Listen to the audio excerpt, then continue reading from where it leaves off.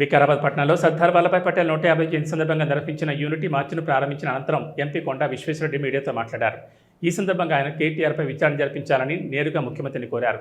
కేటీఆర్ ప్రభుత్వ నిధులను దోచుకున్నారని ఆరోపించిన కొండా విశ్వేశ్వరరెడ్డి అవి రాష్ట్ర ప్రభుత్వ నిధులు కాబట్టి ప్రభుత్వం విచారణ చేపట్టాలని డిమాండ్ చేశారు. అలాగే తన మరణాన్ని కోరుకుంటూ కేటీఆర్ సంబంధించిన సోషల్ మీడియా ఖాతాల నుంచి పోస్టులు, కామెంట్లు చేయడం సమంజసం కాదన్నారు. తాను ఇంకా ప్రజల కోసం బతికే ఉంటానని స్పష్టం చేశారు.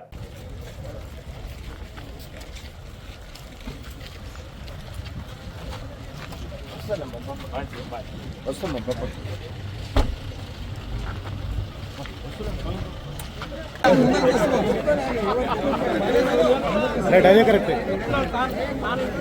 అదే అది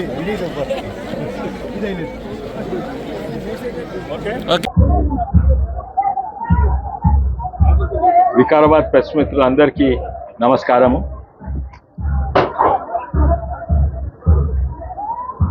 నేను ఈరోజు ఆపరేషన్ అయినాక మొట్టమొదటి దినము బయటకు వస్తున్నా. అది డైరెక్ట్ వికారాబాద్ జిల్లాకు ప్రత్యేకంగా ఈ ప్రోగ్రాం నేను తప్పక రావాలని. అంటే సర్దార్ వల్లభాయ్ పటేల్ 150 జన్మదినోత్సవం సందర్భంగా కేంద్ర ప్రభుత్వం, రాష్ట్ర ప్రభుత్వము కలిసి ఒక యూనిటీ మార్చ్ అని పెట్టింది. ఎందుకంటే ఇవాళ రేపు యువకులకు గాంధీ, నెహ్రూ మీద చాలా అవగాహన ఉంది, కానీ సర్దార్ పటేల్ గారి గురించి కొంచెం తక్కువ ఉన్నది. ఇప్పుడు నిజమైన గుర్తింపు దొరుకుతున్నది సర్దార్ పటేల్ గారి వారి స్ఫూర్తి, వారి ఆలోచన, వారి పోరాటం మీద నిజమైన అవగాహన ఇప్పుడు దొరుకుతుంది. తను ఉన్నది భారతదేశం ఐక్యత కొరకు.